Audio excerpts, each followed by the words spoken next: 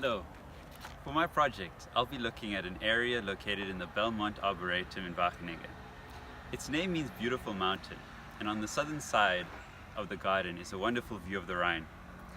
In the third glacial period, an ice tongue ran through the Gelderse valley that pushed soft earth forward on both sides and created the Wageningse Berg and in the eastern part and the Utrechtse Heervang in the west. After the ice melted, the earth that had been pushed away by the ice tongue was carried off through the river, creating steep walls of the Wageningse Berg in the Gelderberg, and they are steep. The problem with this area, as with many steep slopes, is that of surface runoff and water erosion. The on-site effects of this are that the loss of the topsoil layer makes the ground bare and difficult for plants to grow, meaning less vegetation and further erosion.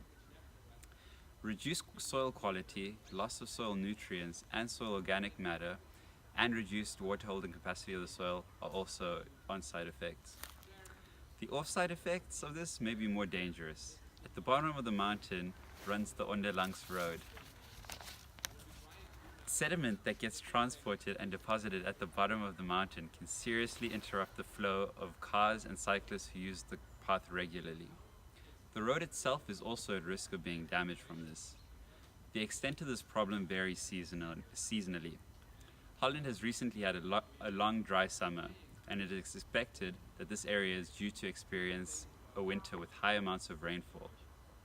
So while the on-site effects are quite clear and already quite bad, the off-site effects will only become clearer in the coming months. Water erosion can happen in three parts. The first part is detachment, which in this area can happen as a result of raindrop impact, flowing water, or the movement of people who regularly use the path. The second is transportation, where the sediment is transported downwards from a source area to a sink area, where it is eventually deposited. This deposition is determined by the change in speed of overland flow through a reduction in surface slopes. So where the slope becomes flatter is where the sediment is deposited. Because there is a discoloration of the soil surface, it means that the more productive soil layers have been removed, so it can be assumed that that sheet erosion has occurred here. This type of erosion can go unnoticed for a long time, which explains why its effects may not be that apparent yet. They are, however, significant, as it reduces the productiveness of the land and removes the nutrients and organic matter that plants need over time. Some might suggest that the lack of vegetative cover need not be a concern, as the walkways run under a forested area. The problem is that the root layers of the trees run very deep and do not hold much soil in place at the upper horizons. Because we are in a forest, it is also quite difficult for shrubs and herbs to grow, meaning that the soil remains bare in most areas. We can see this here, where even the tree roots have been exposed from the erosion of the soil layers. The deposition here is also influenced by the barriers formed in this area. Okay, let's stop there. Here is an artificial barrier that has largely been covered up and does not increase the deposition of sediment to a great extent. A natural barrier, however, like these fallen logs, does a much better job of increasing the deposition. But over time, both these barriers will get covered and lose their ability to increase deposition. The reason erosion is a problem here is because of the construction of these walking paths. The paths themselves are not the problem, but the stark contrast in steepness between them and the mountain and the surrounding walls create potential for faster transportation. Luckily, this arboretum is carefully managed and attended to by dedicated volunteers. As explained earlier though, this erosion takes a long time to notice, and it is apparent that these barriers haven't been attended to in a while. These are paths that get used a lot by people for recreational purposes. As a result, the soil is quite compact and paths are very loose on the slopes. This is a public walking route, so entrance is not restricted. It also means there is no direct economic incentive to maintain these paths, as people don't pay to have access to them. Since there aren't many hiking trails in Wageningen, it also means that people frequent this area more often than other sites. of managing the arboretum falls on the Stichting Belmonte Arboretum. Maintenance duties are also divided among a group of volunteers under supervision of representatives from the SBA. These jobs include weeding, tidying up, pruning, watering, reshaping wood sections, and doing odd jobs like possibly emptying trash cans. Under a business as usual scenario, this erosion could be exacerbated to the point where one wouldn't be able to grow vegetation on the slopes. It would then require soil to be moved and held in place artificially until the plants develop enough to replace this.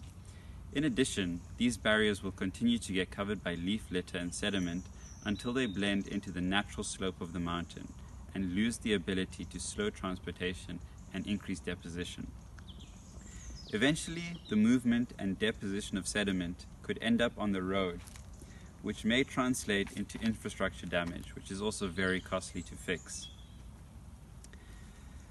If consistent maintenance of these barriers is implemented, as is evident up on the higher slopes, they will capture sediment and leaf litter, but because they get covered over time, the management team needs to increase the frequency of the barriers in the steeper parts of the area.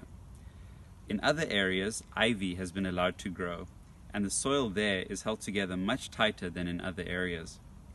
If vegetation is allowed to grow and even promoted, it would reduce the vulnerability of the soil to the impact of rain and flowing water. Additionally, if leaf litter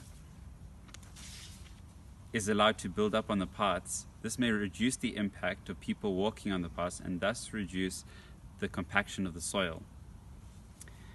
Under a future with conservation, the local soil type has to be analyzed properly firstly to determine which measures would be most appropriate.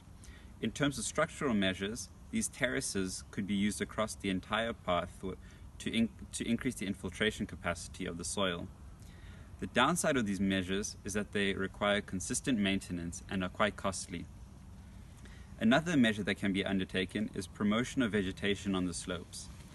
Ivy could easily be used as it doesn't require much sunlight and holds the soil in place well, as well as reduces the impact of water on the soil, which may reduce detachment. What are the expected effects of these measures? Both measures would yield noticeable results if done right. There would be much more buildup of sediment on the slopes, on the terraces, if the terraces are constructed properly. This would also reduce the off-site deposition. The promotion of vegetation on the slopes would be the most effective in reducing the speed of the water and impact of rain on the soil.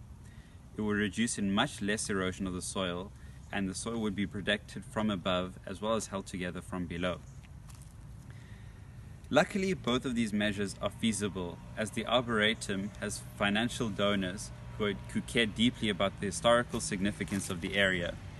They also have an abundance of volunteers who work to ensure that the garden is accessible and attractive to visitors. The terraces are expensive and require a lot of labor to maintain, but this is feasible in this context. The promotion of vegetation is probably the better option though, as it is much cheaper and requires very little maintenance activity. It may also be more attractive to visitors. Both of these options can be implemented, however, and used effectively if maintained properly. The volunteers in the SBA would have a major role to play in this. They would need to be aware of the long-term effects of erosion on this mountain if allowed to persist.